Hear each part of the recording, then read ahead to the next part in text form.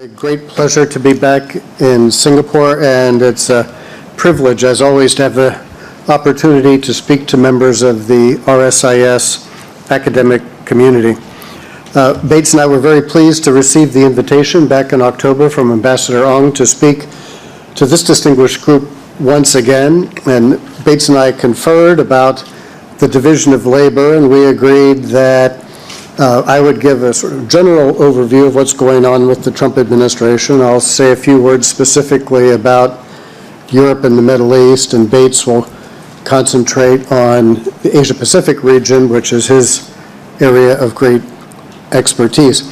So when I got the invitation, and after Bates and I decided on what we would do, I immediately started to outline my remarks, because speaking to a group like this, I wanted to give you a really good assessment of what the Trump administration was up to. And so I started on this back in October.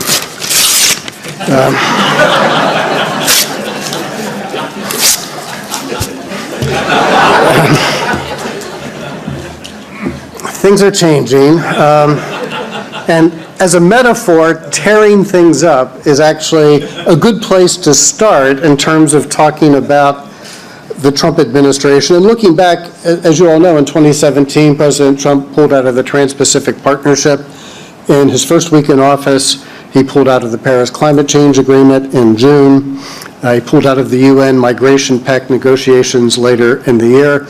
And you might have thought that that was the end of it, but 2018 was very much the same. I mean, since we met last, his talk about tariffs and trade wars has turned into action. That started in the spring.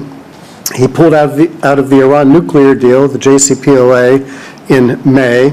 The U.S. pulled out of the UN Human Rights Council in June. And then later in the year, first in October and then in December, the U.S. announced that it would be pulling out of the INF Treaty, the agreement between the U.S. and Russia on ground-based intermediate-range nuclear forces, with the U.S. announcing on December 4th that Russia had 60 days to come into compliance. So about a month from now, the INF Treaty will either be moving forward or not. So the Trump administration has continued to tear things up in terms of international economic affairs, international security affairs, and multilateral actions on a wide range of issues. So tearing things up is one of the signature actions of the Trump administration. There's also been tremendous turnover in the administration in terms of senior staff, and the Brookings Institution did an estimate that some 65% of the president's A team of advisors across all fields have left in the first 2 years. But in terms of what we're interested in here today, foreign policy and defense policy, it's especially striking that in just the last 10 months, all 6 of the president's top foreign policy and national security advisors have left. Secretary of State Rex Tillerson left in March. National Security Council advisor H.R. McMaster left in April. The head of the National Economic Council, Gary Cohn, left in April. U.S. Ambassador to the UN, Nikki Haley, left at the end of the year. Chief of Staff John Kelly in the White House has left, and of course, just in the last few weeks, the Secretary of Defense, Jim Mattis, resigned and left as well. I mean, all 6 of the president's top foreign policy and national security advisors have left in less than a year. It is stunning. I cannot recall of any time in the last 100 years when any president has had that kind of turnover. And some of the people who have left, Mattis, Tillerson, and McMaster, had relatively conventional views of foreign policy and national security and what U.S. policy should be. Those strong voices for conventional positions are now gone. They've been replaced by Mike Pompeo and John Bolton, who are interesting choices because they're hardliners, they're interventionists, they're not in line with Trump's isolationist impulses, but they are sycophants and opportunists, and so they are going along with Trump's inclinations on these issues. When I look at Trump's staff, one remarkable area of continuity, though, is the hardliners on trade, the protectionists, the folks who favor tariffs, the folks who want to take a very hard line on China. They're still there. Peter Navarro, the head of the National Trade Council, Robert Lighthizer, the U.S. Trade Rep, Wilbur Ross, the Secretary of Commerce, they're still in place. And those folks, of course, are very much in sync with Trump's own protectionist economic impulses. So the balance of power within the economic team has shifted very sharply in the direction of the protectionists and the hardliners. So there's tearing things up, there's a lot of turnover. The third T that I want to talk about is Trump's truthfulness or lack thereof. The Washington Post tracks this. It's my hometown newspaper, so I read it all the time. The Washington Post estimates that President Trump has made 7,600 untruthful statements in the last 2 years. These are false statements, erroneous statements, lies that have often been refuted but continue to be repeated. What's especially striking is that he has made an average of 15 erroneous statements and lies per day in 2018. 3 times the average from last year. So if you thought 2017 was bad, he is now lying at 3 times the rate that he did a year ago. 58% of American voters say that Trump is not honest. When Trump went to the UN General Assembly in September and talked about how his administration was one of the greatest in history, people literally laughed at him. And so people recognize that Trump's connection to reality is tenuous at best.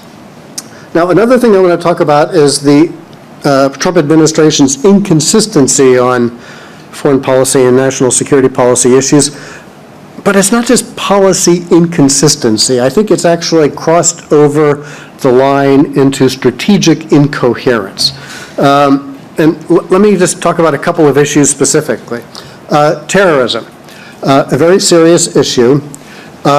In the U.S., it's actually not an existential threat. In 2017, 84 people were killed in terrorist attacks in 2017. That's 1/3 of 1% of the global total. But President Trump has made this a signature issue. He talks about terrorism, especially Islamist terrorism. He talks about it all the time.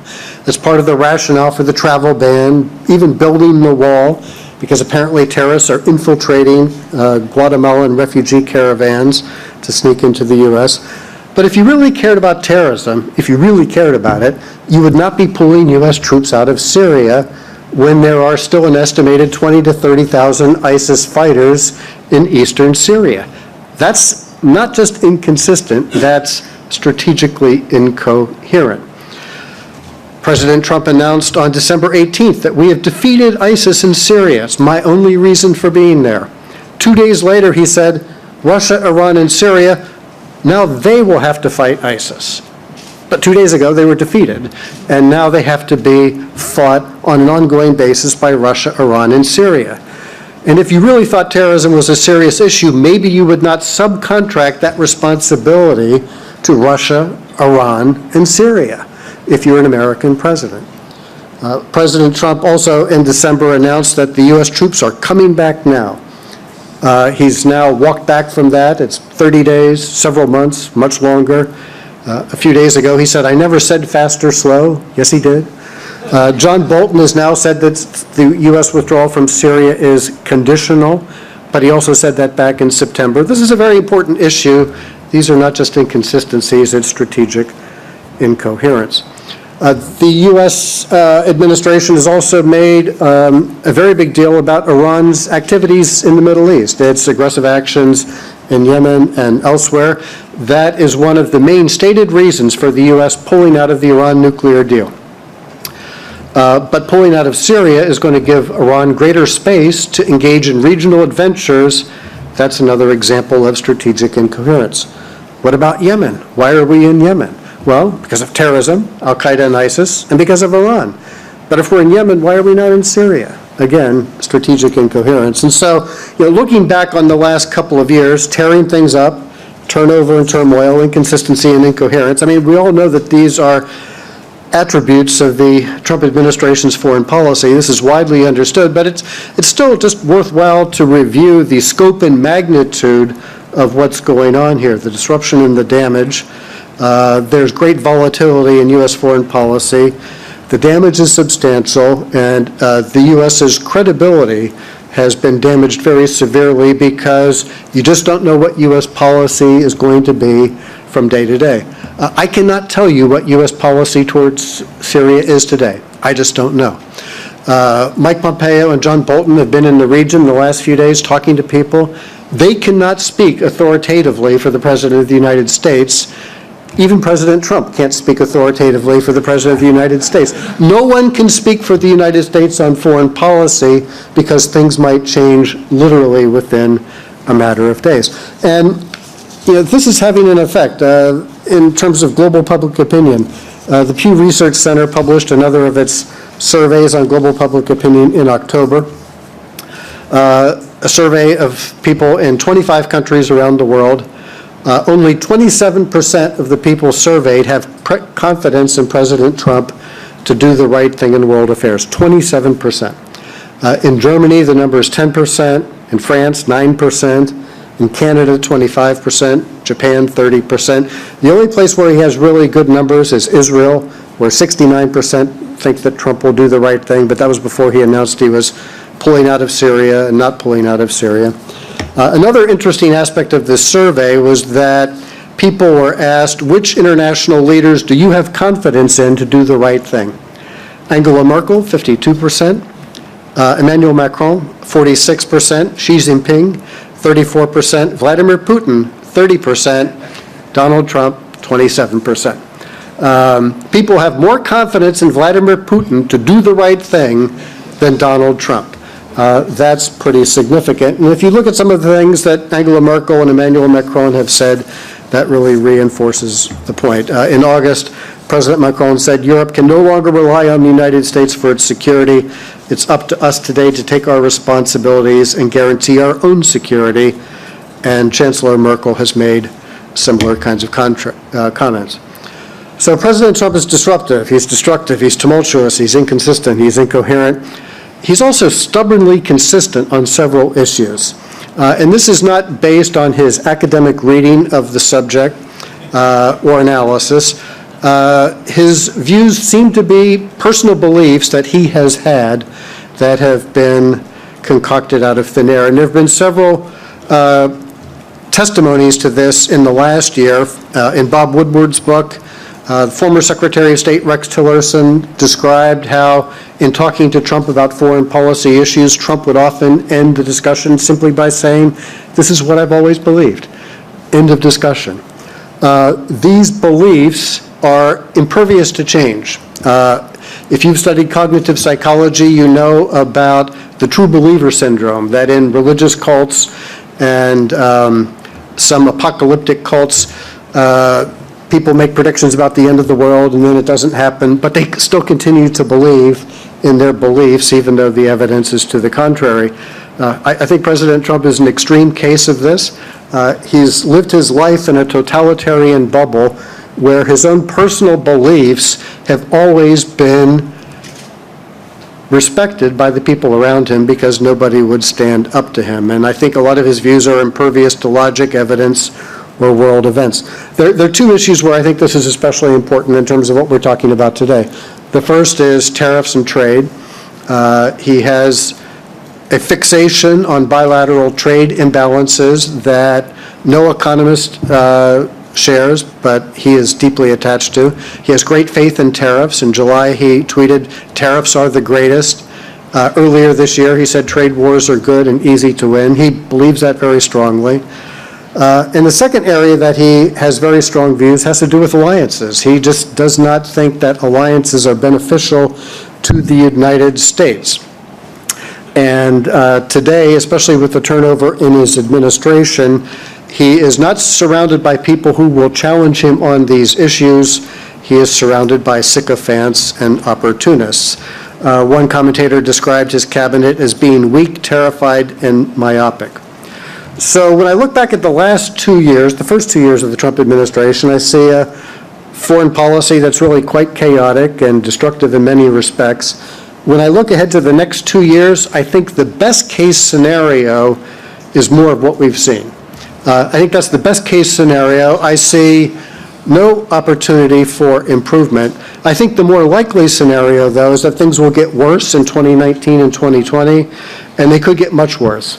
Trump's chaotic foreign policy could become catastrophic, and that's a word that I do not use lightly. On trade issues, the good news is that Trump really wants and needs a strong economy for personal reasons, but also for political reasons in the run-up to the 2020 election. That will give him an incentive to maybe take a step back on some of his trade wars, and Bates will talk about China. The NAFTA agreement has been signed. I think people explained to Trump that if NAFTA blew up, the U.S. economy would be in very serious trouble. NAFTA still has to be ratified, and there's no guarantee the U.S. Congress will do it, but I think they probably will, because the alternative is blowing up NAFTA, and that would be very bad for the U.S. economy, which no American politician is going to want in the run-up to an election year. So the good news is that there's a lot of incentives for President Trump and American politicians to do a better job on economic issues. The bad news is that Trump still has his views on tariffs and trade balances. Tariffs are still in place on steel and aluminum with respect to many allies. I think Trump is also looking at the European Union as his next trade target. In July, he said, "I think the EU is a foe, what they do to us on trade." Jim Hoagland, the legendary reporter, recently wrote that he had a conversation with people in a NATO country, and that Trump had threatened that NATO leader with a trade war in the months ahead. He said, and I'm paraphrasing, that first we've gone after China, and now we're going to destroy the EU on trade imbalance issues. And the word destroy was in quotation marks. So even if the U.S.-China issue is resolved, even if NAFTA is ratified, that does not mean that Trump is done picking these fights. The EU is the next target on the list. I also worry that Trump will want to pull out of the WTO, the World Trade Organization. He hates multilateral organizations. He has a particular resentment of the WTO. I think the only thing that will keep him in it is the possibility that that would do economic damage to the U.S., which would do political damage to him, but that could go either way. I think he hates the WTO and would love to pull out. I'm also very worried about Trump's views on alliances, and there's a story now that's been reported by Bob Woodward and others about a briefing that President Trump was given in July 2017 at the Pentagon. And after Trump had settled in, his senior advisors, Mattis, Tillerson, and McMaster, decided to give President Trump a big briefing on the U.S.'s alliances around the world. They brought him into the room with the big board so he could see everything, where the bases are, where the deployments are. They explained it all to him. They explained why this was very good for the United States in terms of other countries working with the United States. And at the end of this briefing, President Trump said, and this is a quote that several people have cited, Trump said, "This is exactly what I don't want."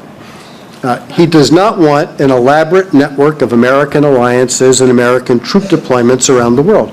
And I think that's the underlying motivation for pulling out of Syria, wanting to pull out of Afghanistan.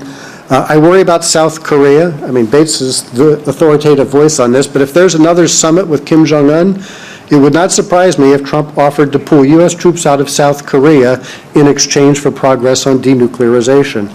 And I am very worried about NATO. And let me just say a couple of things about NATO and Vladimir Putin.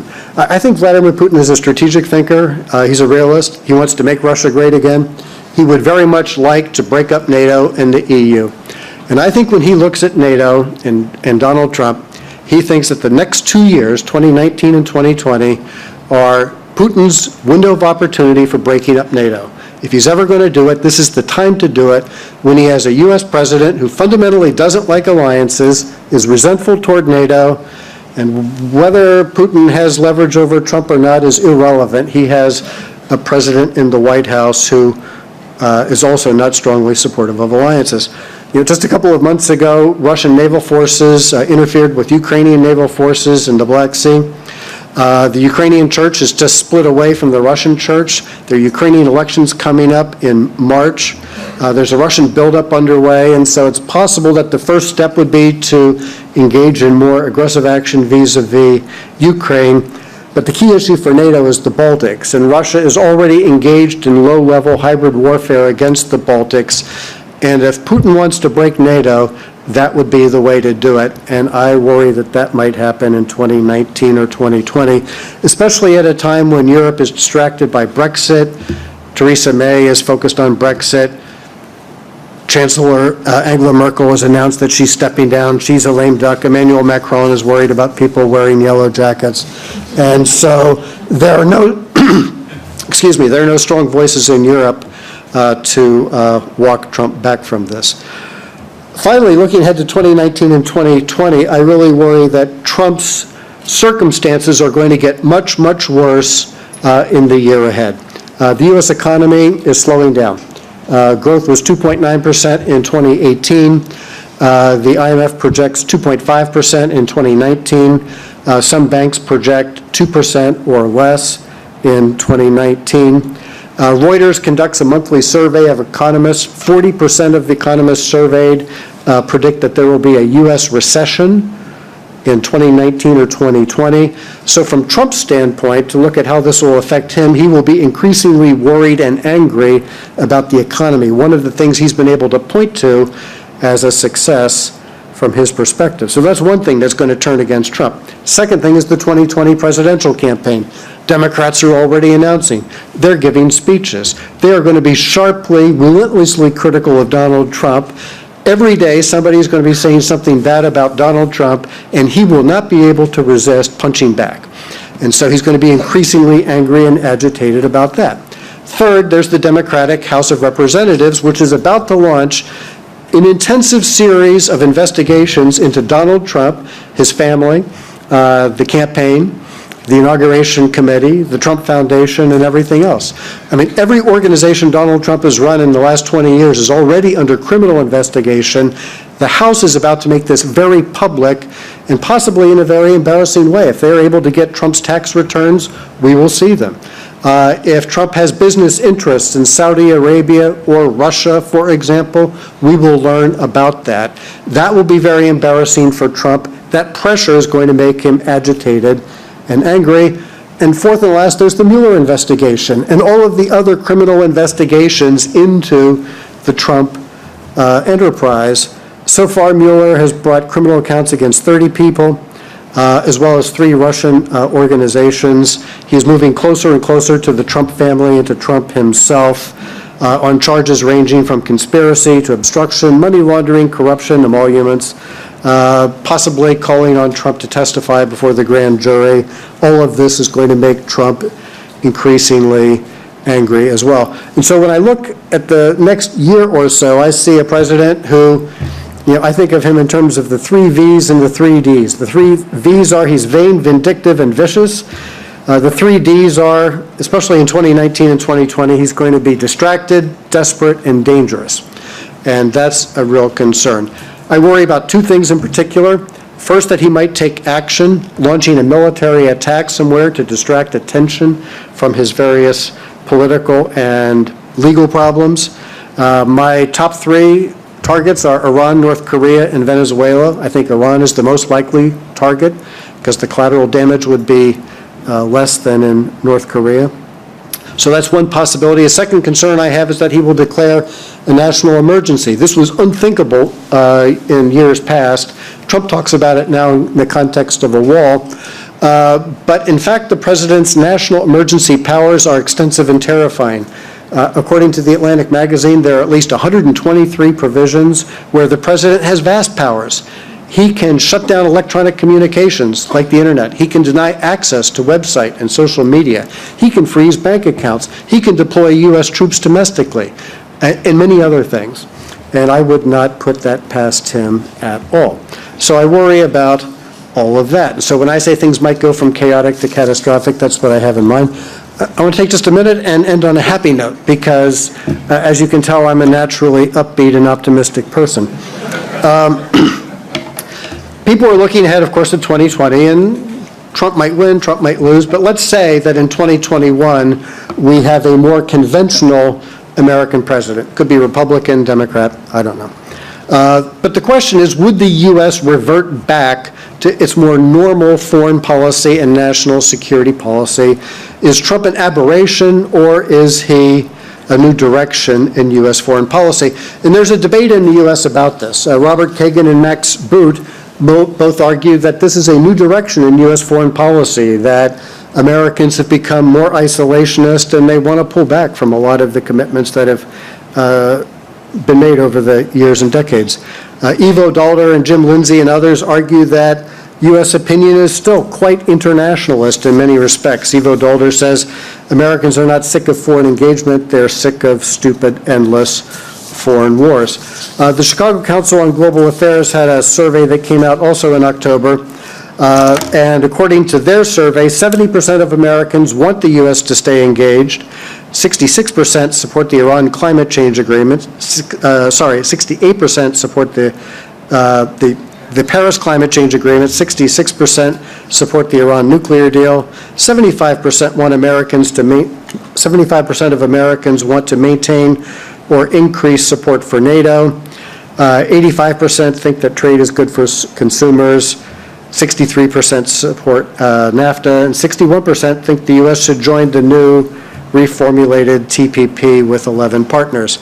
Interestingly, these numbers have gone up by 6 to 10% over the previous year, and as one commentator put it, Trump is making internationalism great again.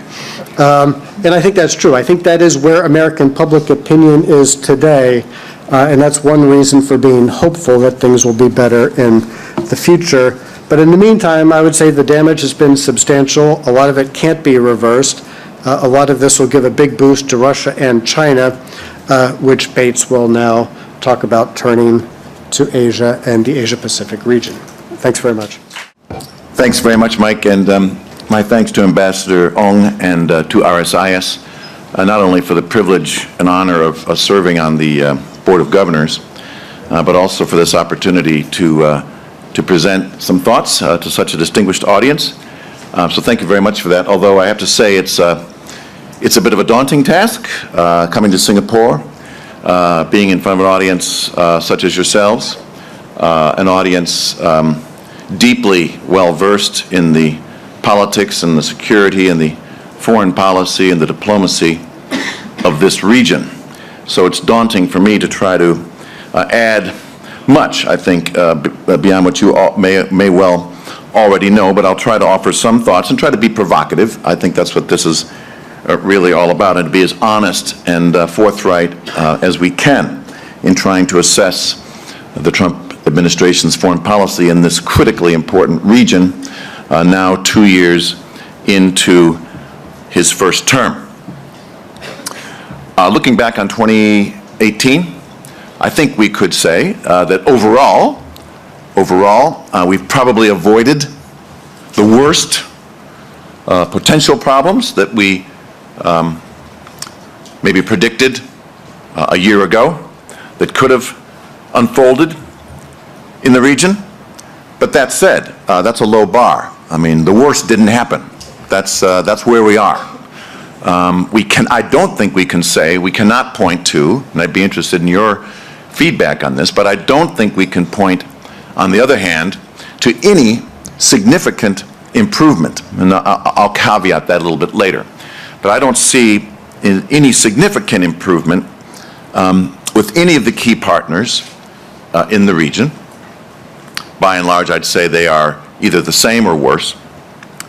And I think this is a very important point, not just on the bilateral level, but also certainly no improvement in how the United States is perceived, the degree to which the United States is seen as a reliable and consistent, strategically coherent partner in a region which is undergoing enormous flux and strategic change. So overall, I don't think we can be very optimistic about what's transpired over the past year, and certainly not going forward, and we'll talk about that. Being based in Australia, I've been able to spend a lot of time, and especially over the past 2 years, getting around the region in the Asia-Pacific, frequenting capitals, trying to take the pulse of what I'm terming a dual dilemma for all the major leaderships across the region. The dual dilemma being how to deal with, address the challenges of a rising, more ambitious, more pervasive, and more influential China, on the one hand, navigating that extremely complex challenge, while at the same time trying to make sense of what's happening in Washington, and to begin thinking far more seriously than the capitals have had to in the past about what their future, what their strategic future is going to look like, given an increasingly uncertain and incoherent America and its role in this region. And if anything, again, looking over the past year, my view is that this pervading sense of uncertainty across the region, if anything, has only become more and more deep-seated. So what I thought I might do in the next several minutes is just walk through some of the critical relationships for the United States in the region and try to underscore with my points. Let's take Japan to begin. I mean, clearly, this is, you could argue, although it's never said so publicly, but you could argue that it is the United States' most important alliance relationship in this part of the world.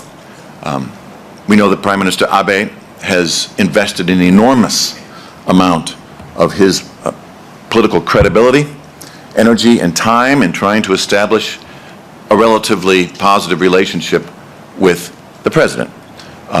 Interlocutors in Tokyo are very proud to say that of the world's leaders, Shinzo Abe has been most successful in establishing a rapport of a kind with President Trump, far better than any other major world leader. And yet,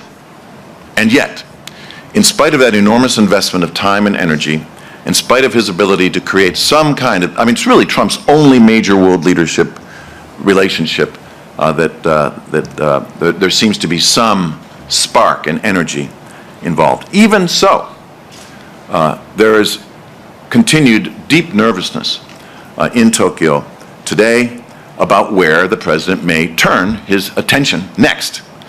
If, for example, the U.S.-China trade relationship gets onto somewhat more steady footing, Trump is able to declare victory, folks in Tokyo are nervous that the next target of his attention will be Japan, in spite of all the investment which Abe and his people have made.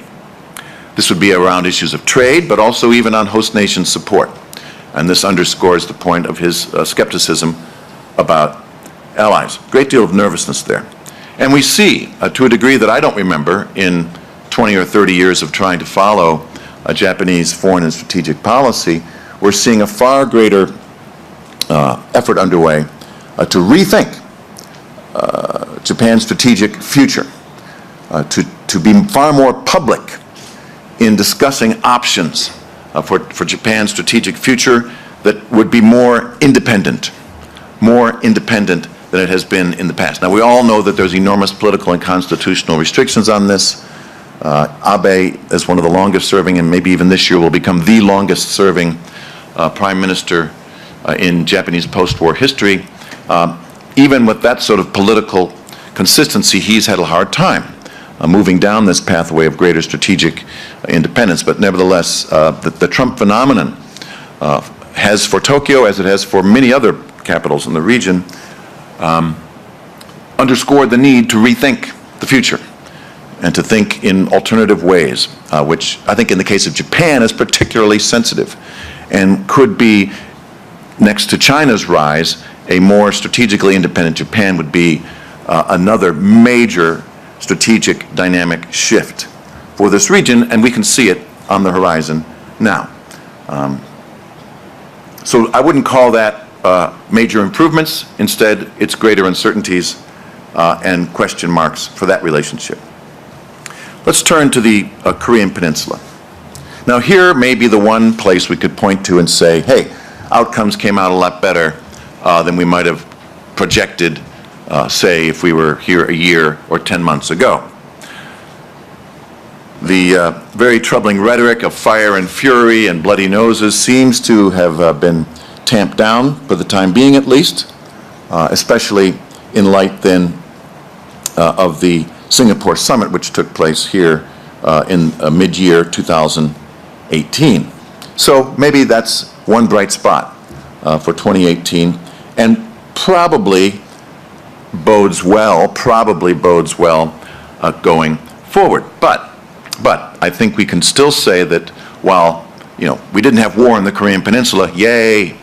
On the other hand, my interpretation of how the summit unfolded was that it was mishandled, misplayed, wasn't done in a very strategically coherent way. And again, done so in a way that has undermined the credibility, undermined the reliability of the United States in the eyes of key friends and allies in the region. For example, the Trump administration's decision to suspend major military exercises with our South Korean ally came as a complete surprise to our friends in Seoul, and is deeply upsetting as well to our friends in Tokyo, the degree to which it signals a reduction in American commitment to containing and deterring the threat of North Korea. That obviously has implications not just for South Korea, but for Japan, maybe even more so for Japan. I would say the way the Singapore summit was handled and the way it has progressed since has basically turned the initiative, the initiative for the strategic future of the Korean Peninsula has turned the initiative back over to China. Recall that a year ago, the Chinese Foreign Ministry put forward the proposal of a dual freeze, right? That North Korea would suspend further missile and nuclear testing in return for the United States suspending major military exercises. In March of 2018, this was rejected outright by the United States, Japan, and South Korea in a very firm trilateral statement, and I would say a rare expression of solidarity between South Korea and Japan. Well, what have we got now? We've got the dual freeze. That's what we have in place. A complete 180 reversal on the part of the Trump administration. We don't call it that, but basically that's what the agreement is. North Korea is not testing missiles or weapons, and we, the United States, has agreed to suspend major military exercises. In the meantime, this has opened up the door for China to step in and play a far more important role.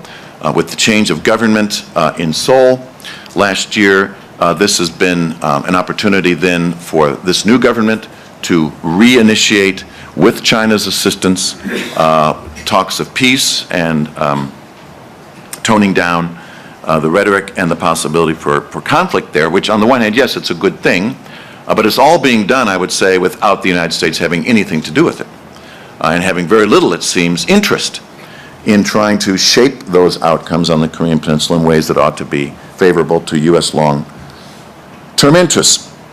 And then finally, and maybe most importantly, with regard to the mishandling of the summit, we are no closer to what that whole summit was about, I thought, which was to see to the denuclearization of North Korea, consistent with the commitments of UN Security Council resolutions. It's not going to happen. And I think it was a complete misreading on the part of the Trump administration about that possibility. Instead, we are going to come back to another summit where it is quite possible that the president, now having sort of put this goal out there as something he wants to achieve, is going to be maybe prepared to put even more incentives on the table, more than just suspending major military exercises, something which would be along the lines perhaps of a withdrawal or a further diminishment of American presence and activity on the Korean Peninsula, which is only going to, again, provide even greater initiative to China to resolve outcomes on the Korean Peninsula in their interests. So I don't see the Singapore summit as having achieved very much other than of war avoidance, which obviously is a great thing, but on a number of other aspects, we come out of the situation, the United States comes out of the situation worse. And, again, perceptions of Americans' role in the region, the credibility, the reliability, severely undermined, certainly in Tokyo, and I think even to a degree in South Korea as well. Just a few words maybe about Australia. Australia has so far managed to avoid the worst of the president's wrath.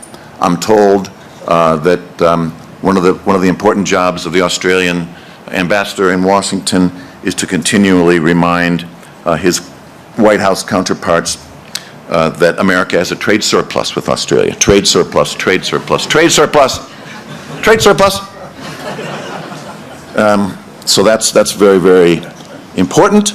But I don't see any serious uptick in that relationship of any import, given just how important Australia ought to be seen by the United States in terms of our ability, the United States' ability to project its influence and power, economic, diplomatic, and military in the region. I see no strategic understanding in Washington, on the part of the White House at least, of how important Australia is to American interests going forward.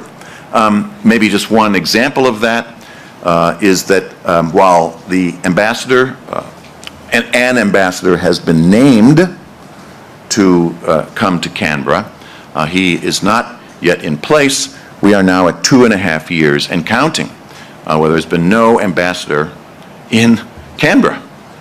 That's just a remarkable statement of just how little this White House thinks of the importance of an ally that has been traditionally so important to American interests. So there too, okay, it hasn't collapsed, the relationship hasn't gone down the tubes, but it certainly hasn't improved in any significant way. And then that brings us to China. We all know that this bilateral relationship is probably the most important bilateral relationship in the world. And again, I see nothing but mismanagement and lack of coherent strategy. And not just on the bilateral front, but again, more importantly, how this relationship has been handled in terms of the perceptions of our friends and allies in the region. To the degree that there's been a strategy, I wouldn't compliment it with that word, but to the degree that we can point to some consistency in the Trump administration's approach to China, it's been one of two basic approaches. Either blatant, sort of transactional bargaining, the types of transactional bargaining on the one hand, or completely over-the-top rhetorical bluster about competition with China. Neither of these approaches, the transactional bargaining or the over-the-top bluster, sits very well with allies and friends in the region. On the one hand, the transactional nature of the relationship puts the fear into the hearts and minds of leaders that the Trump administration may be prepared to deal away key allied relationships simply to be able to declare victory on, for example, trade issues with China. Japan probably being the most nervous about that. And of course, the more confrontational strategic competitor language which came out of the national security and national defense documents of early 2018 are also not consistent with what with what all major U.S. allies and friends in the region want to see. They certainly do not wish to see a more confrontational or worse relationship emerge with China. So neither works. Neither are serious policies, but more importantly, they undermine the credibility of the United States with our allies and friends in the region. And let's not forget, neither of them particularly sit well, certainly not the more competitive and confrontational approach, certainly does not sit well with the leadership in China. And we have already seen a very, very serious deterioration in the nature of the relationship, which I think the Trump administration has fostered without a true strategic vision about where that's going to take us, a sort of naive belief that our allies are going to come along behind us, which they will not,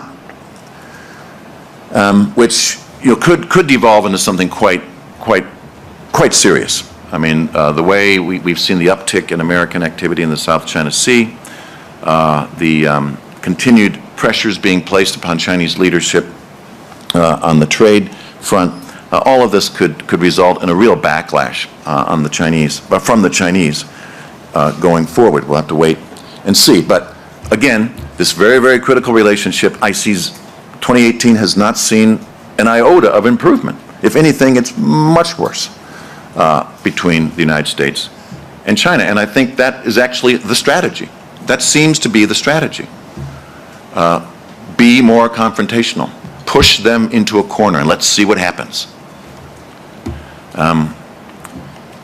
I wouldn't hesitate to say that there certainly should be some pushback in different areas and calling out China across a range of issues where Beijing is going in the wrong direction and creating problems for American interests and the interests of our friends and allies. But the response shouldn't be just simply bluster and confrontation. There has to be a more coherent and nuanced strategy to this, which brings our allies and friends along with us, coordinating, and I don't see it happening. So that relationship is only going to get worse in 2019 before it gets better. So while we might be able to point to a couple of issues of improvement, such as war avoidance on the Korean Peninsula, overall things have turned worse in the region, and 2019 I think is going to be seeing more of the same. And it is because the underlying sort of premises, the underlying vision, if that's the right word, with which Donald Trump sees the world, the way that many of his key advisors see the world, isn't going to change. This just gets back really to many of the points which Professor Brown's already made, but I think take what he has said and what I'm about to say and apply it to how it works in this region, and things do not look good. We're going to see continued distrust of U.S. allies and friends, continued distrust for the multilateral diplomatic and economic institutions, which are so important, let's just say, in a city like this, in a country like this, and in this region of Southeast Asia. Diplomatic and economic institutions which have been painstakingly built as the bedrock and foundation for peace and prosperity in the region. These are objects of scorn and distrust from a Trumpian vision. And even more fundamentally, a continued distrust about the very idea of a liberal, rules-based order, which in the Trump vision of things is actually rigged against the United States. And as Professor Brown's already said, all of that combined with the issues of turnover, the departure of the so-called adults in the room, all of this raises for me very, very serious questions about the ability of this administration to formulate a very coherent approach to the region, and certainly not an approach to the region that the region wants to see. That's really an important point for us to take on board. So looking ahead, I'm pessimistic, as has been Professor Brown. There may be some very important tests to come over 2019, 2020, and it'll be very interesting to see how this administration responds. And I think of the most likely responses, none are very good. For example, we'll see what the outcome is of this supposed next visit between the new Love brothers, Kim and Trump. But I suspect that if that does not progress well, we may well see a resumption of missile tests or even weapons tests on the part of North Korea. What is the Trump response going to be to that? Is it going to be back to fire and fury? That's not a very good outcome. If it's simply do nothing, that too undermines American credibility. I think we should expect a continued expansion of Chinese activities in the South China Sea, stepped up provocations in the East China Sea of Japan, And I think we're already seeing the beginnings of ratcheting up of pressure on Taiwan. Would those measures get to the level of sparking a more forceful reaction from the United States? Maybe, especially in the context, as Michael has said, of increasing domestic pressures on President Trump over the next 2 years. And more deeply, I think we're going to see a continued erosion across the region in the confidence level that governments have vis-a-vis the United States. And that's going to be a gap in leadership here in the region, which is going to have at least two likely outcomes, neither of which do I see as very favorable to U.S. interests or to the long-term interests of the region. We should certainly expect China to continue to build out its influence in the region. Why wouldn't they? This is a fantastic opportunity for them to do so with so little in the way of a coherent response from Washington. And we're going to see, secondly, continued efforts on the parts of U.S. allies and friends to seek alternative strategic futures. Which does an alternative strategic future which has less and less of a U.S. role or presence in it. And that's going to take various forms. It may mean some effort to coordinate more closely, develop more closer strategic and military ties with like-minded countries. That's a possibility. I think in the case of Japan, it's going to be a lot more serious investment in their own independent strategic capability, which has its own implications for the region. Unlike Europe, American allies in this region are really on their own without the United States. You could make an argument that NATO, even without the United States, at least has a degree of cooperation and collaboration and an experience in working with one another that they could, as a collective, respond. Even without the United States. I mean, it wouldn't obviously be as effective, but they could. Not so in this region, where U.S. allies are not integrated with one another. They have no security commitments to one another. And in the absence of the United States, really do have to operate on their own and find their own way forward in a very, very uncertain strategic future. So I am not optimistic about 2019. I'm increasingly worried, and I think we may well, if we're here, invited back next year, have an even sadder tale to look back upon. Thank you. Hello, my name's Don Hughes, resident of Singapore from the U.S. I'd like to get a little bit more information from Professor Brown on this idea of national emergency. I'm not a great historian of the United States. I don't know that we've had many cases where the president ever declared a national emergency, so I don't know how it would work. I'm thinking maybe during the Civil War, but that's 150 years ago. And I would hope that the kind of situation that might lead to somebody like President Trump declaring national emergency might also lead to some significant resistance, either in the court or in the playing field. Anyway, I'd like to hear more about how the thinking on national emergency might actually play itself out. Okay, well, thanks very much for that question. I am not a constitutional lawyer, so I can't get into all of the specifics. There was a fantastic article there is a fantastic article in the current issue of the Atlantic magazine, which I read on the flight over, and it was so terrifying I thought that maybe I would just stay here. And so, according to the author of this piece and some of the newspaper articles I've read about it, especially with President Trump talking about the possibility of declaring a national emergency over the wall, people have been looking more and more into the legal aspects of it in the last month or so.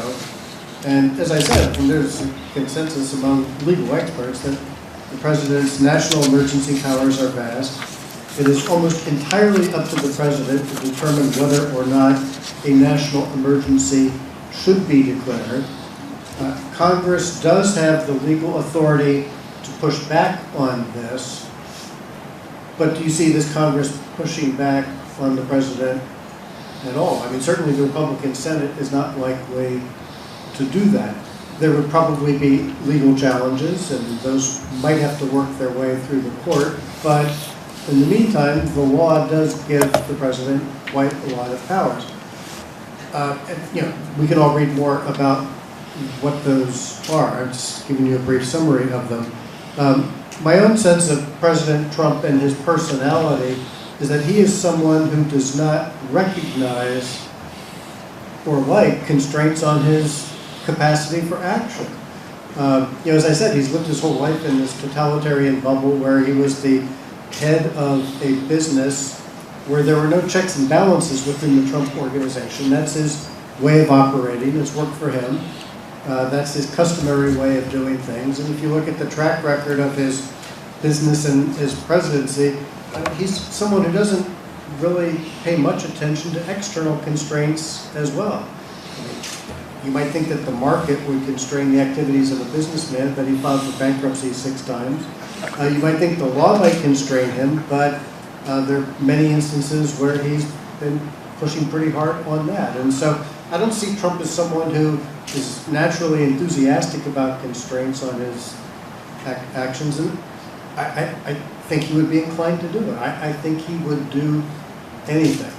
And what I worry about in 2019, as I said, is that I think the circumstances are likely to make him increasingly desperate. I think he's going to be agitated, angry, and increasingly aggressive. And this is a person who I think is willing to do anything to look out for his own self-interest. One commentator described President Trump as having a feral intelligence, the intelligence of a wild animal. And there's a positive aspect to that. I mean, he's clever and cunning and will do whatever it takes to survive the next day. And I think we might be entering into the feral, wild animal stage of the Trump presidency. If he is pushed into a position where his political survival is at stake, he will fight, I think, viciously to stay in power, with few constraints on what he might do. And that's why I worry about this as a set of possibilities, because I think he would do anything to hang on. Just to follow up, Michael,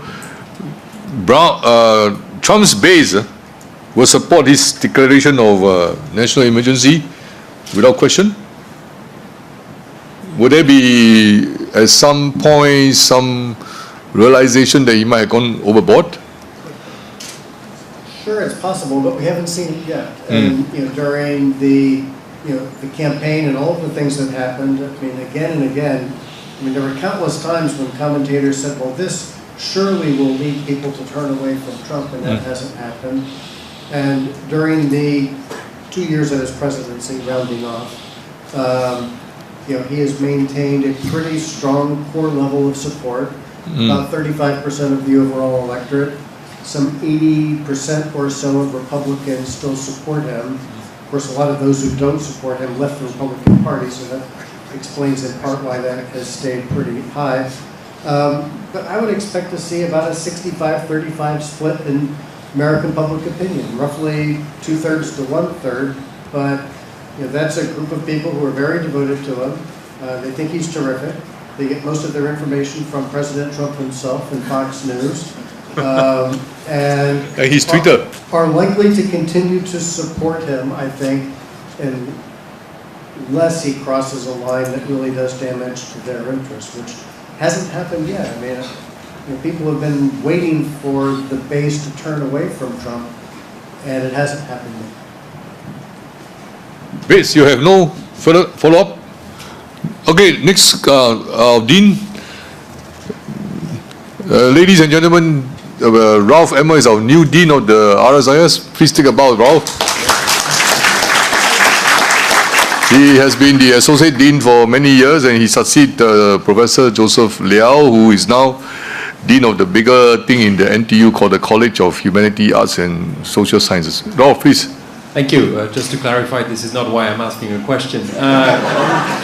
As mentioned, we are seeing a slowing down of the economy, not just in the US, but also in Europe and China. I would like both of you to try to explain how this may influence transatlantic relations in 2019, but also, of course, the key bilateral relationship between the United States and China. Could this convince perhaps people to move away from tariffs and to come back to the negotiation table? We know that the agreement between the EU and the US is currently under severe constraint, but in Asia we are seeing some potential optimism that both Xi Jinping and President Trump urgently need a deal to try to improve their respective stock markets. So if you could perhaps compare how trade relations and forthcoming global slowdown could influence relations. Thank you. Bates, you go first. Sure. I didn't talk too much about the ongoing discussions between the United States and China because I think we just don't know where that's all going to go. And at the end of the day, I think it matters less the actual details and economic benefit or lack thereof that might be embedded in that deal, but rather the sort of political atmosphere around it and whether or not the president deems that he can walk away declaring victory in a way that's convincing enough to his supporters about what he was able to achieve. And the word out of Beijing from the most recent round of talks is that it's certainly not a done deal yet. I think the positive signals that we're reading are that they're talking at all, and that there seems to be a growing realization on both sides that something has to be done to avoid a continued deterioration. So, but I think that probably the fact that you suggest that both of these leaders are facing declining economic prospects, they are watching as other major economies are actually moving further down the pathway of lowered tariffs, free trade arrangements, the Japan-EU arrangement, for example, the launching of the CPTPP, another great example. And to the degree they're looking at that, and I would think the Chinese leadership would be, I'm not so sure of the Trump team, but to the degree they are seeing those advances, in major economies around them, you'd think, wouldn't you, that it would begin to weigh heavily on their minds and sort of force them into a deal. But again, just to underscore, this is not about the economics. It's not. This is about the politics, certainly in the case of President Trump. His record on China is consistent. You can go back 25 years and see him complaining about China, ripping off America. He deeply believes that is the nature of this relationship. His team, the people around him, not just Navarro and Lighthizer, but many others who get up onto television and speak to the American people through that medium, spread the same type of message, that China is a long-term problem for the United States, and we need to deal with them. One way to do it is to bring them to their knees through economic punishment. So we're not out of this woods. I mean, we might, what I suspected would be something similar to what we had last year. Was it last year? No, it was April of 2017, following the Mar-a-Lago summit between Xi Jinping and Donald Trump, which basically kicked the ball down the road, kicked the can down the road. It looked very nice. There was a sort of a lull in the storm, but before too long, we were back to storming. And that's what I think we're going to see here. A lull potentially, and we should all be happy for that. But in terms of long-term structural agreements, which make Donald Trump and his base happy about the long-term challenge which China presents to the United States and the economy, that's not going to get sorted. So we may, come into a period of calm, but I don't think we should expect that to last very long. I agree with Bates on this. A year ago, January 2018, the IMF and others were talking about a period of synchronized growth in the global economy, and indeed 2018 was a pretty good year. But now folks are talking about a synchronized slowdown, and we're looking at a different picture. It's a picture, as Bates said, that should give leaders incentives to cooperate. I mean, at a time when things are not trending well, you don't want to rock the boat. And I think most leaders understand that. I think Donald Trump doesn't care as much about that. As Pence and I have both been saying, that Donald Trump has these deeply held views about trade imbalances and tariffs. He wants to pick a fight. He doesn't really care that much about the outcome, except that he wants to be able to declare victory. And that's one of the things that makes the U.S.-China trade talks so difficult. I think most leaders have figured Trump out. I mean, you give him something he can brag about and he goes away. That's very hard for Xi Jinping to do because of his political position in China, the narrative of 100 years of humiliation. The one thing Trump needs, something to brag about, is the one thing Xi Jinping really has a hard time giving away, and the politics of it complicate things in the case of the U.S.-China relationship. As far as U.S.-European relations go, I think Trump is looking to pick a fight. I mean, he feels the same way about Europe, that it's been ripping the U.S. off for decades. He has a visceral negative view toward the EU as an institution, because it's a big multilateral institution that compromises national sovereignty. I think under normal circumstances, if the global economy and the U.S. economy were growing quickly and things were going strong, he would be itching to pick a fight with the EU. And the question will be Trump's political calculations, whether he wants to do that in 2019, 2020, when the U.S. growth rate is dropping, when a growing number of economists are predicting a recession. He might put that on the back burner because he doesn't want to pick that fight now. And I think his desire to fight that fight is not going to go away. It's just a question of when he would do it. And so this is where the economics of it have political ramifications that presumably he'll take into account because he cares very much about his personal survival. Okay, lady here in green. Thank you for taking my question. I'm a member of the public and a homemaker. Have you ever considered that there could be a tactic in Trump's madness? Thank you.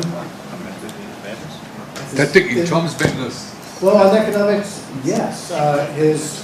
And we've seen this with North Korea as well. A lot of bluster and threats, so that's one aspect of it. And in terms of the trade talks, we see that his basic negotiating tactic is to walk out the door, which he did just today with respect to the House Democrats on the question of the wall. He, according to all accounts, he literally slammed his hand on the table and walked out the door. And that might be fine if you're buying a rug in the bazaar. But it seems to be his only trick. I mean, you threaten a lot and you walk out the door once or twice. And everyone's figured that out, that is what Trump does to try to get something. And he does get a little something, right? Because people do not want to blow up their economies. People would prefer to give him a little something than to see a fight go on. And so it does have some limited effects in terms of getting some small concessions that he can brag about. For him, that's mainly what he seems to care about. But the economic damage, the political damage, the diplomatic damage, the credibility damage is really pretty massive. I mean, the Trump administration is picking fights with Canada, with NATO allies, with Japan and South Korea. Many of these countries have sent soldiers to fight in wars that America has led, in Afghanistan and Iraq, Vietnam and elsewhere. And now he's saying we're putting steel and aluminum tariffs on your country for national security reasons. That angers people very deeply when their soldiers have died in America's wars. And you can't measure those costs. And so I think you're right. He does have these negotiating tactics. They do produce some modest concessions. But if you look at the South Korea Free Trade Agreement, which Bates knows all about, or if you look at NAFTA, I mean, economists and experts seem to agree that these new Trump agreements are very modest improvements over the old agreements. There's a lot of bluster, there's a lot of theater, there's a lot of drama, there's a lot of bragging. But in terms of real economic change, Not that much. I mean, the new NAFTA agreement, not that much different from the old one. Trump says it's now the greatest agreement ever, but it's not that different from the old one. America's dairy imports to Canada, one of the big issues Trump cares about, will increase by 1/100th of 1%. That's literally a drop in the bucket, of the milk bucket. I mean, it's nothing. Most of the improvements in NAFTA on intellectual property issues, environmental protections, labor protections, were in the TPP, which Trump threw away. And so there's not that much there. For all of Trump's bluster, his fire and fury, his theater, his drama, not much actually happens except that Trump gets to brag about something at the end. So it's a tactic that does not produce much strategic benefits, and I think it produces a lot of strategic costs that you can't really quantify in terms of how America's allies and friends see the United States. They see it now in a much more negative way than they did 2 years ago. Not bad. Our Singapore homemaker can ask this kind of profound questions. Right? Thank you. This young man there, the man first behind you. You can sit down and ask. Yeah, it's okay. Good afternoon. Actually, I just want to make a comment.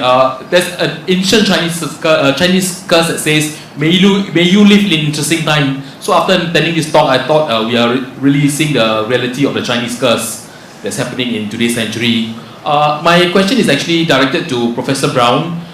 Some years back when you were in Georgetown University, you wrote a book, Brave New World, The Security Challenges of the 21st Century. But in that book, you did not foresee that US turned out to be a security challenge after telling all the things that they're doing now. So if you had to rewrite the book, how would it be a bit different? Thank you. Over to you. I didn't think of Trump. That's the name of the title. Well, I think you've put your finger on a very important issue, and that is that people are now looking at the United States, and I know, my friends and colleagues in Latin America have looked at the U.S.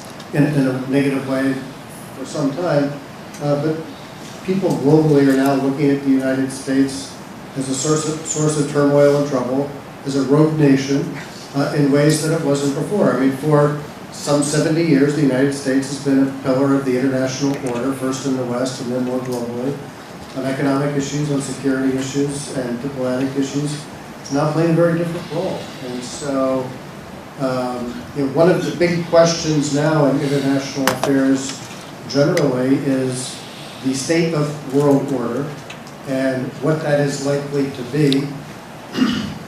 And I think for any of us at RSIS or anywhere working on these issues, that's one of the questions that we have to be thinking about.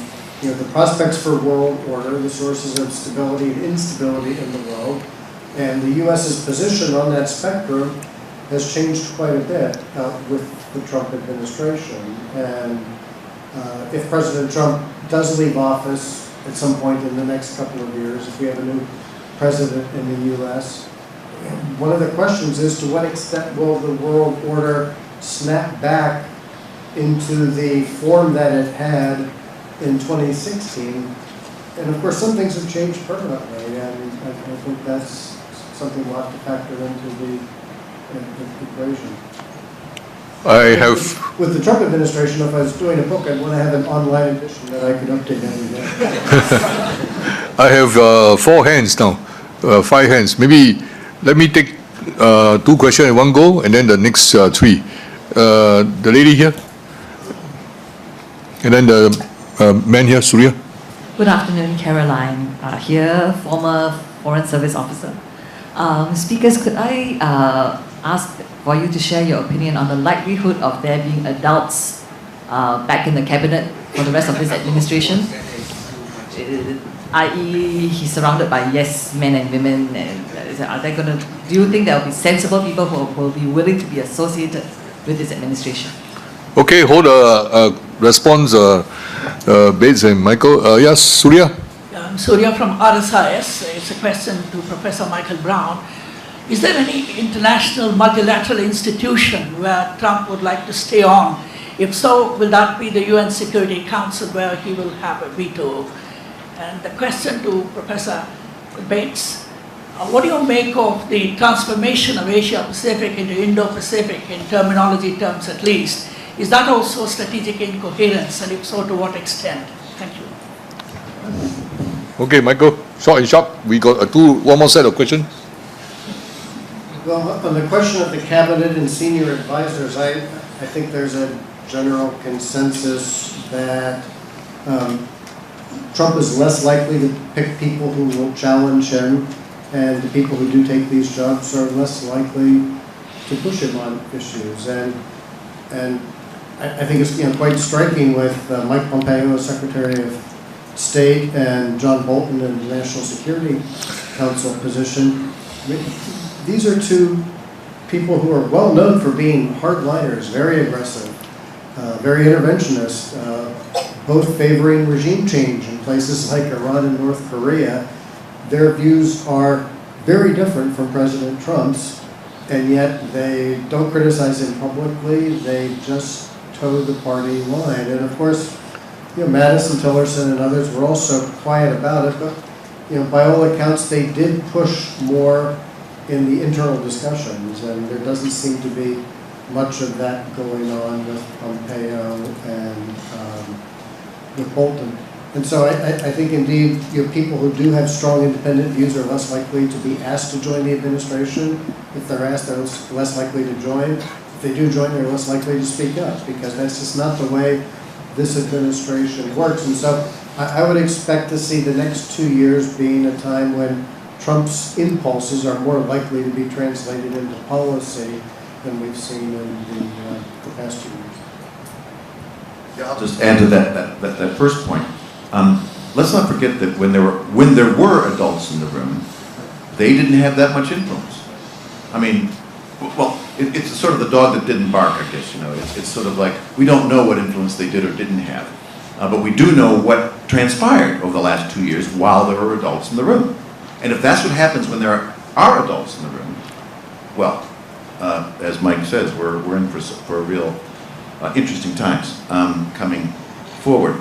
And I think you're right. Any sane person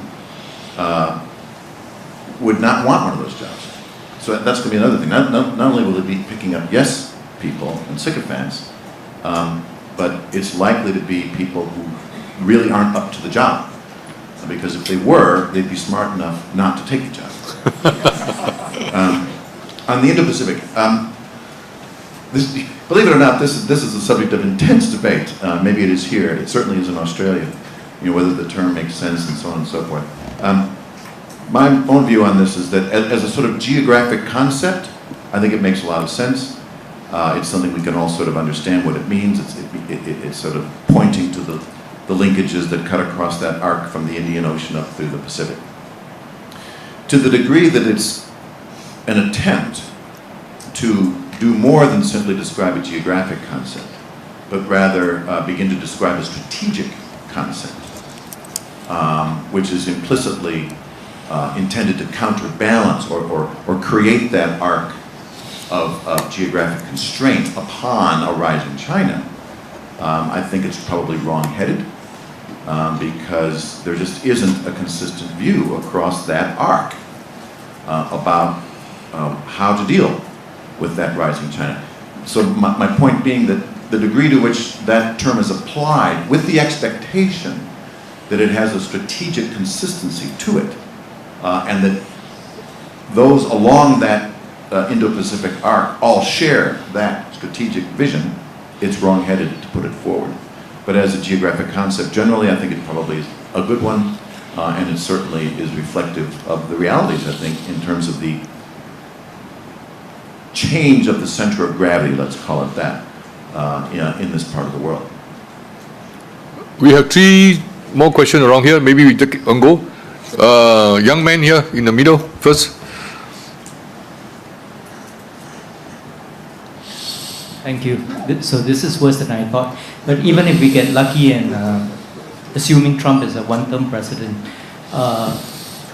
Dr. Brown alluded to some permanent and lasting damages. So my question is to Dr. Gill, what would you want to see in U.S.-Sino relations that give you some hope that things are no longer deteriorating and maybe on the mend, and then also with regards to Japanese security arrangements? Thanks. Next one, the man in black. Thank you. Good afternoon. My name is Rahman. I'm a first year student at Nanyang Technological University. My question is for both speakers. Okay, for the past 2 years, former Blackwater founder Eric Prince has been trying to privatize the war in Afghanistan, but this has been rebuffed by former SecDef James Mattis and Chairman of Joint Chief of Staff Joseph Dunford.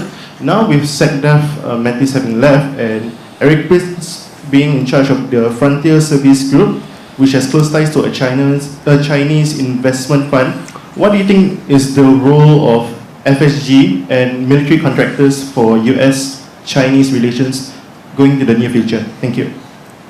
FSG is what? Frontier Service Group, the military contractor group that's being headed by Eric Prince now. Okay. You guys got it? Yeah. Then Peter? And then we go down to this. I'm Peter Lim, RSIS. My question is about the Trump administration and beyond Trump. I say this in a neutral sense. The Americans are among the world's most active critics of authoritarian government. And I also do not believe that there should be authoritarian government. But it amazes me to see this shutdown affecting 800,000 people, and if you, I don't know, average number in each family, and relatives and all that. And then I see on CNN the problems that Homeland Security, they are understaffed, they're short-handed, they are demoralized. Then food safety, they have reduced the vigilance or the standard of care checking. So this is an open opportunity for terrorists. Just watching CNN will give a lot of ideas how to plan the next assault on America and maybe other countries, also other countries. So why is it? Of course, they say that during Obama's time the shutdown was even longer, but now the stakes are different. So what's the, I won't say what's the American solution, but I would like to ask these two eminent professors, what is the future for us who want to remain non-authoritarian? All right. Okay, this one, last question here, this gentleman in front. Here, on the left. Hi, my name is Charlie from Booz Allen Hamilton. If you had a chance to chat with the incoming Australian ambassador and a theoretical ambassador to Singapore, if it was appointed, what would you say to them and what advice would you give to them Don't come. that could be urgent and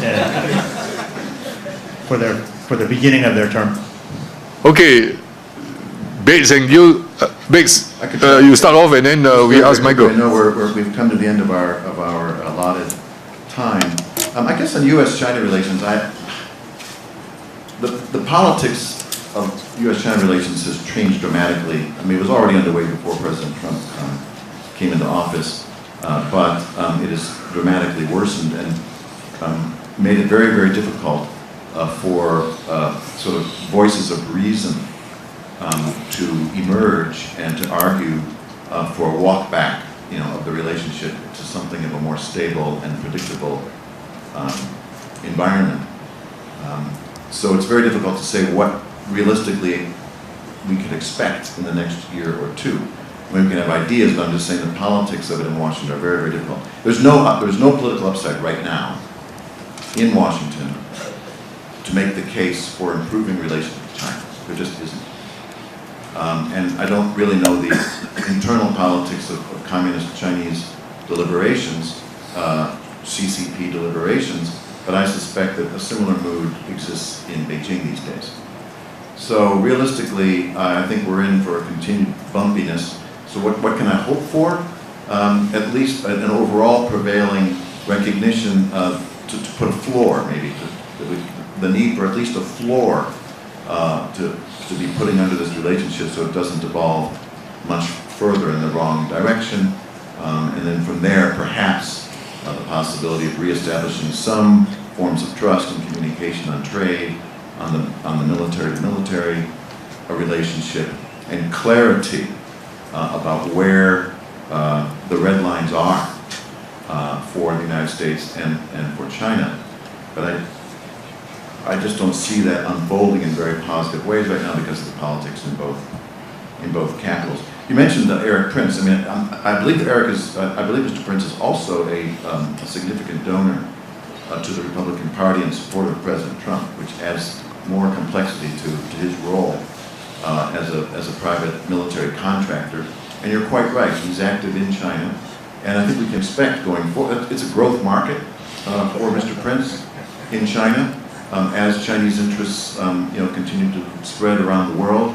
There is a deep Chinese reluctance to deploy their own military, boots on the ground in different parts of the world. Deep reluctance to do that.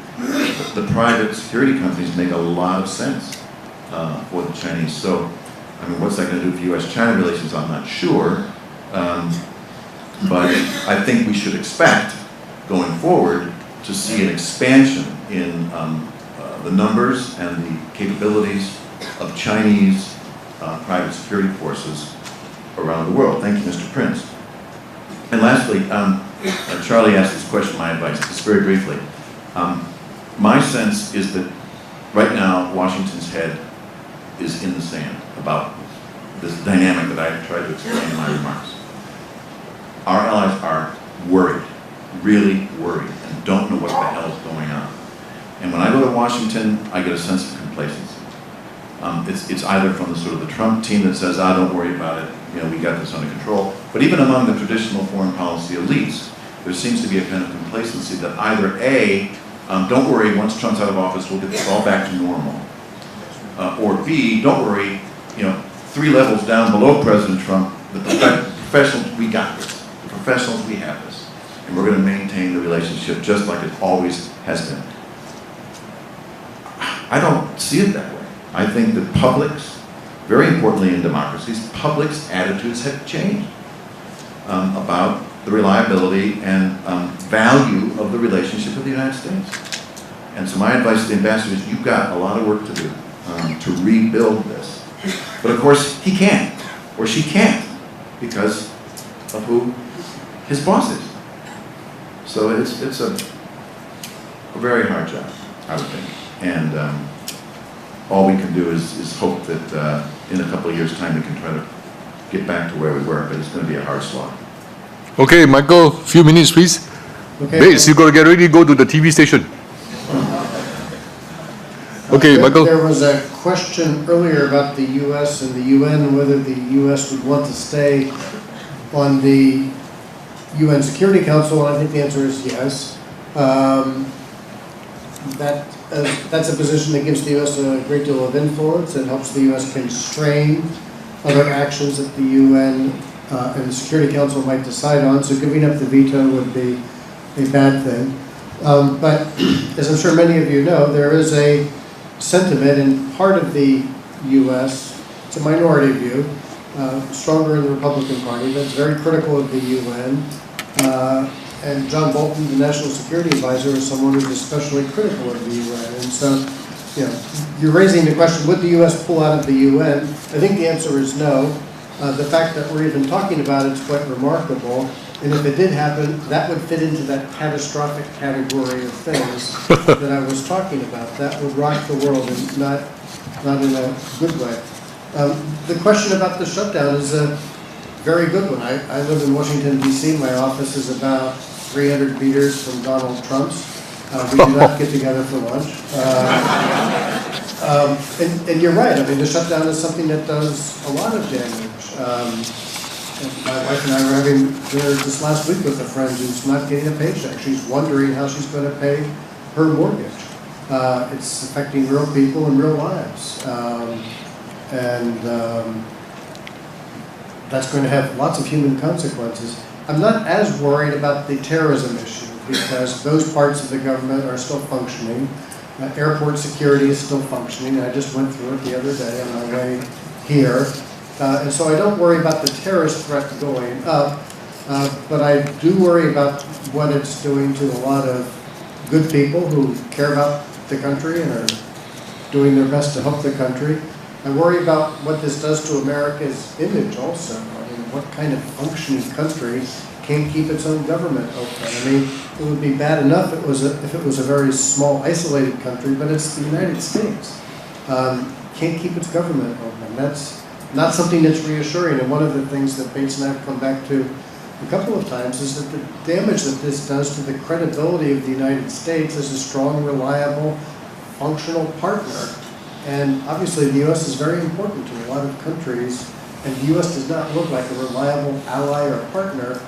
The shutdown contributes to that image. And finally, on advice to U.S. ambassadors, I would say if these are U.S. ambassadors coming to Singapore or Australia, they're relatively lucky. I mean, Singapore and Australia are wonderful countries, but also... And we all both have surpluses. And the U.S. has relatively good relations with both countries. You know, unlike other countries, Trump doesn't have a particular fight to fight with Singapore or Australia, and so that's a good thing. The circumstances are relatively benign.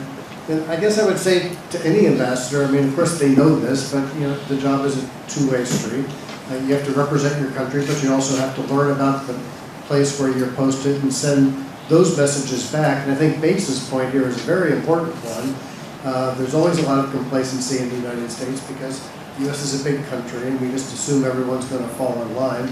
But these are unusual circumstances, and it's very important for ambassadors to convey the message that Bates was talking about, that these are not normal times. People really are upset.